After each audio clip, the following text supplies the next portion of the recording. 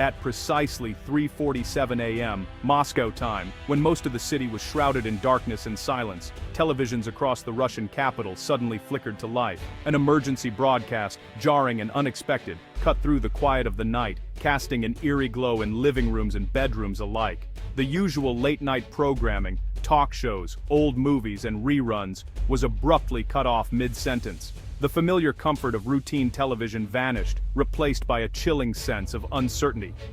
On every screen, a stark and urgent message appeared. An imminent threat was approaching the city. The words were simple, but their meaning was unmistakable. Danger was coming, and it was closer than anyone had imagined. Suddenly, air raid sirens began to wail across Moscow, a sound that had not echoed through these streets for decades, not since the darkest days of the Cold War. This was no drill, no test. The city was under real threat. On millions of screens, a digital map showed unidentified objects moving steadily from the southwest, their paths converging on the heart of Moscow. News anchors, usually composed, now scrambled for information, their voices tense, faces pale, and words faltering as they tried to make sense of the unfolding crisis. Initial reports were chaotic and contradictory. Were these incoming missiles, enemy aircraft?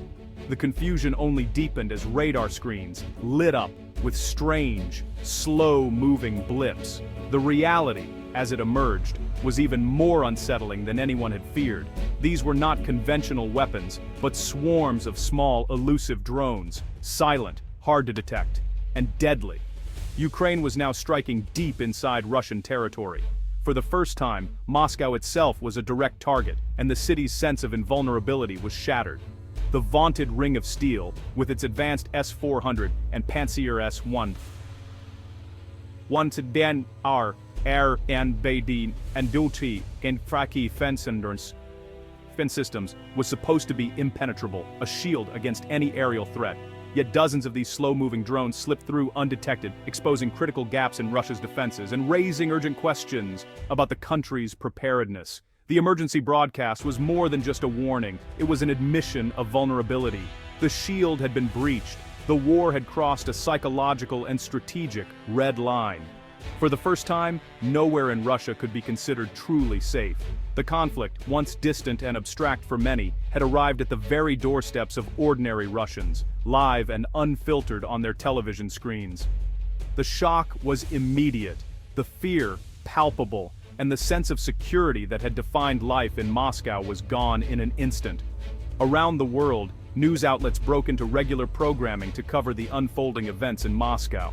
Headlines flashed, analysts speculated, and viewers everywhere watched as a new, unpredictable phase of the war began.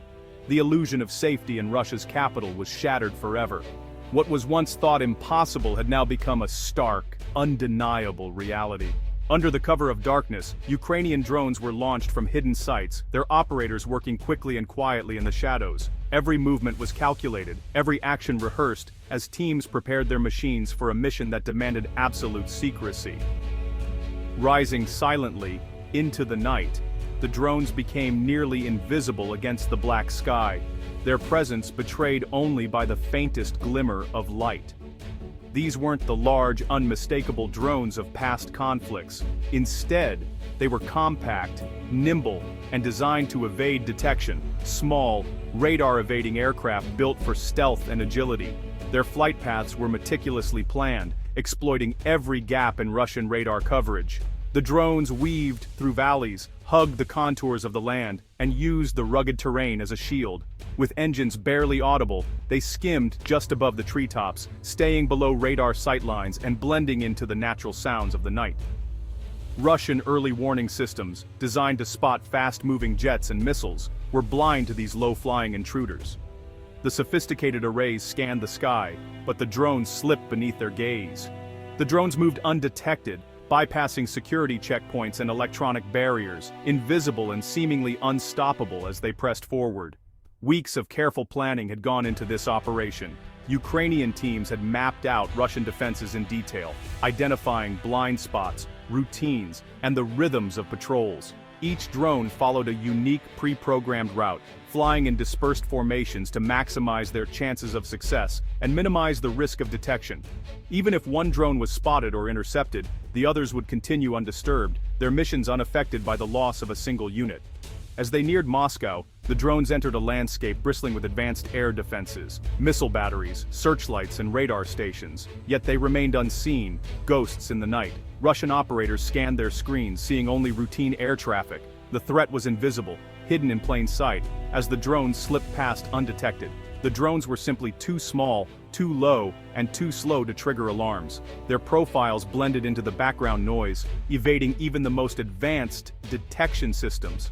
This was a new kind of warfare, one that turned Russia's technological strengths into unexpected vulnerabilities, exposing gaps in even the most formidable defenses. The ghosts were almost at their destination, closing in on their targets as dawn approached, ready to strike where no one expected. Deep beneath the surface, in a heavily fortified command bunker outside Moscow, a sense of routine hung in the air. Officers monitored their screens, alert but calm, as another long night began. Suddenly, faint blips appeared on the radar, barely perceptible, almost easy to miss. The operators leaned in, eyes narrowing as the blips flickered in and out of view on the dimly lit screens. The Panzer S-1 crew snapped to attention, adrenaline surging as they realized something unusual was unfolding. Training kicked in, but uncertainty lingered. The data was confusing and incomplete. The targets were tiny, moving slowly and erratically. Could they be birds, stray weather balloons, civilian drones, or something far more dangerous? Every possibility raced through their minds. Firing a costly missile at a false target risked exposing their position and wasting precious resources, but hesitation risked disaster if these were hostile drones. The weight of the decision pressed down on the officers. The commander urgently checked flight logs and records of scheduled military exercises. Nothing matched the radar signatures. The blips, however, moved with intent, heading straight for critical infrastructure. The tension peaked as the order finally came: engage. The Panzer system, designed to intercept fast jets and incoming missiles, now struggled to lock onto these elusive, small, low-flying drones. The technology was being pushed to its limits. Their low thermal signature and composite materials made them nearly invisible to both radar and infrared sensors. Tracking them became almost impossible, adding to the defenders' frustration. The defenders faced a technical nightmare, their systems and training ill-prepared for this new kind of threat. Stress levels soared as seconds ticked by. Ukrainian planners had anticipated this very hesitation, exploiting the OODA loop: observe, orient, decide, act. They knew confusion would slow the Russian response. By sowing doubt and uncertainty, they forced the defenders to second-guess every move, further delaying any effective response. Those precious seconds of indecision allowed the drones to close in, slipping past layers of defense that were never designed for such threats. Missiles were about to launch, but the psychological battle had already been won. The defenders were reacting, not controlling the fight. The attackers had manipulated the defenders' every move, turning uncertainty into a weapon and seizing the initiative. The first explosions were now imminent, the consequences of hesitation and confusion about to be felt in full. In that moment, the balance of power was shifting. One decision, one hesitation, and the entire battlefield dynamic changed. A missile streaked into the sky, targeting a drone, but the drone dropped altitude at the last second, evading the missile. Another drone released chaff, confusing the missile's radar. The Russian defenders, expecting a straightforward fight, were outmaneuvered. Ukrainian drones used evasive maneuvers and electronic countermeasures. Some acted as decoys, drawing fire so others could slip through. For every expensive missile fired, cheap drones kept coming. The cost-benefit tilted sharply in Ukraine's favor. The sky lit up with missile trails, but many drones survived. The sophisticated Russian shield was being systematically dismantled.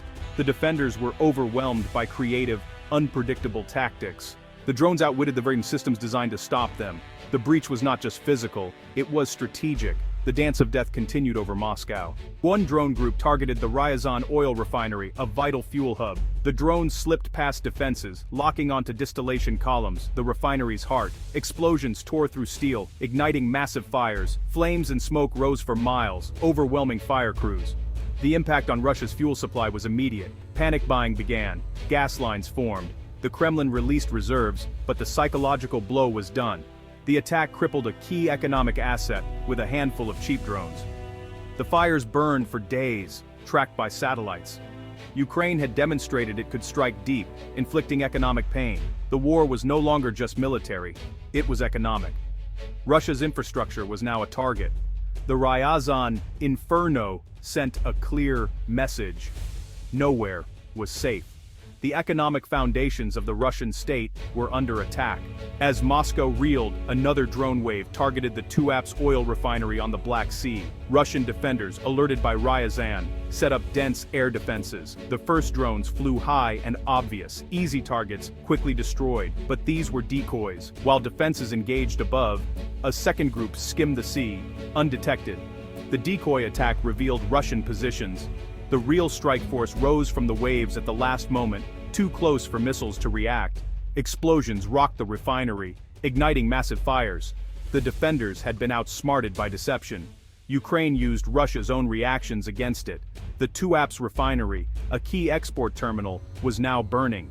The sophistication of Ukraine's tactics was undeniable. The attacks continued. Next was the Slavyansk-on-Kuban refinery. Defenders recalibrated radars and deployed autocannons expecting low-altitude drones, but Ukrainian drones used local roads, flying above traffic to blend with ground clutter. On radar, they were invisible, masked by civilian movement. As they neared the refinery, the drones peeled off and attacked at high speed. Defenders were caught off guard, autocannons fired too late. Explosions hit the distillation units, sparking another major fire. The cumulative effect was a strategic crisis for the Kremlin. It wasn't just fuel loss, it was a demonstration of tactical superiority. At every turn, Ukraine anticipated and countered Russian defenses. The Slavyansk gambit, using roads as cover, was a masterstroke. Russian confidence was eroding. The war's momentum was shifting. Not every attack succeeded. One drone group targeted a semiconductor plant deep inside Russia. Instead of missiles, they encountered a wall of electronic jamming. GPS and command links were severed. Some drones circled aimlessly, mission failed. But some drones switched to backup navigation, terrain contour matching, immune to jamming. These advanced drones pressed on, unfazed by the electronic attack. Russian operators watched in disbelief as several drones continued. The duel had shifted to signals and frequencies. Ukraine had built redundancy into its plan. The electronic wall stopped some, but not all.